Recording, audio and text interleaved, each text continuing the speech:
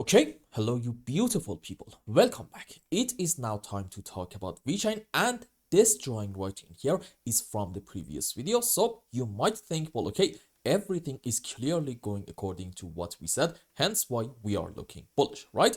Well, not necessarily. First things first, the whole idea in VeChain, whether you want to be bullish or bearish, actually comes down to this whole move on the downside. And if you want to be bearish, you can argue this is 5 down into 1. This is correction for wave 2. And then 1, 2, 3, 4, 5 wave down, as you can see, with all the sub waves into our wave 3. And again, according to the bearish scenario, this count is suggesting this is just a correction for 4. Followed by that, we are unfortunately going to get one more move down into wave 5. Now, if you want to be bullish on VeChain, then I guess you have to argue probably to somewhere around these areas we had a correction structure, and in terms of the shape of it, how about maybe like an A, B, C, D, E, a triangle to about this point and not here, and then followed by that we had another move down into wave 5. So as you can see, yes, there is a chance that in VeChain the final low is N, but just saying that there is just a chance is not really going to unfortunately cut it.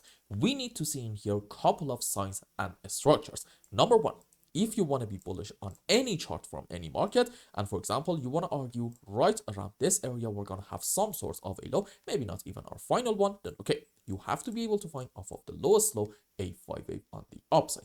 This specific scenario is called an impulse. Rules for it are, we should not have overlapping of the waves between our wave 2 and 4, and in any kind of 5 wave, this wave 3 right in here should not be the smallest wave. And for our sub waves, you know it, we're gonna have 5 wave up. Let's change the colors into wave 1, 3, and 5. And for our corrective movements, we can consider different possibilities. Let's say WXY for wave 4 and maybe an ABC into our wave 2. Now, let's go on the live chart, because there are actually some very small details and yet very important details, I would argue, in like very short term, specifically in this phase up. Let's go in order to see the candles a bit better on 15-minute time frame. Zoom out a bit more. There we go. Okay, so if you remember, the last time that we talked about VeChain, we were specifically right around this low, and the idea was that, well, okay, if you want to be bullish, you have to basically see, again, important point, you have to see yet another move up from the current point in order for you to be able to argue with a decent bit of confidence that, yep, this is a 1, 2, 3, 4, 5 from the lowest low. So you know what, good news, maybe the lowest. What happened though in here, we did not get our move up from here, and as you can see, we got our move up from this point. So at this point, you might ask, well, okay, can we argue this is our wave 4 and this is another move on the upside into wave 5? Well, let me tell you this. Yes, you can technically argue that. However, odds of this scenario playing out is so low to a degree that it should really not be anybody's primary case. So you might ask, well, okay, at this point, does this mean that in VeChain we should be right now immediately 100% bearish? Well, not yet, because in the interest of being objective, any analyst at any given moment in time has to be able to find a bullish and also a bearish count at the same time. So before we get into what is going on in terms of the bearish scenario, let's just force a bullish count in here. And I guess the only possibility that I can tell you in terms of a bullish structure is this. Maybe this is 1, this is 2, this is wave 3, but to about this point, maybe some sort of a triangle is going on into wave 4, and this is another move up into wave 5. And as you can see, in it, we clearly did not take the height of our wave 3, and this is actually a possible pattern. We call this a truncated wave 5, which is again a possibility, but chances of it happening is really not that high. But again, we want to force a bullish counting here. Now, followed by this 5 wave on the upside, we are having in here, I think we can all safely assume a correction structure down. And in terms of the shape of it, I think I'm comfortable arguing this is probably a WXY, or maybe preferably, no, actually a WXYZ in form of a triple zigzag. And what is going on right in here? Two very important points. In my view, this is absolutely a 5 wave on the upside. Also, in my opinion, this is a 5 wave up. So This is the best bullish scenario that I can come up with. Odds are this is 1, this is 2, this is wave 3, this is 4. And again, if you want to be optimistic, you just have to see another move up into wave 5. And at that point, we can consider two different counts. Either this is going to be like an extended wave 5, and in that case, well, okay, on a higher degree, this can be a 1, 2, and then big move up into wave 3 and 4 and 5. And ideally, you do want to see this possibility playing out. On the other hand, if this is not going to be maybe an extended wave 5, then okay, maybe we're having in here a series of 1, 2s. This is 1, 2, 3, 4, 5, and on a higher degree, it's going to be into this wave 3, and then correction for 4, another move on the upside into our wave 5. Now, can we have another possibility?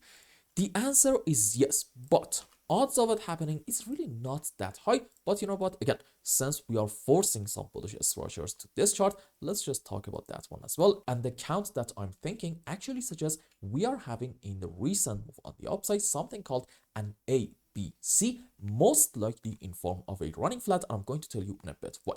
Basically, in a running flat, you're going to have your initial move down into a correction for wave B, and in it, we are going to take this important high, followed by a rather good, strong move down into our C leg. And in it, we are not going to, in case of running flat, take the low of our A leg. What if we are going to take it? Okay, at that point, this pattern is called an ABC expanded flat. But here's a very important point.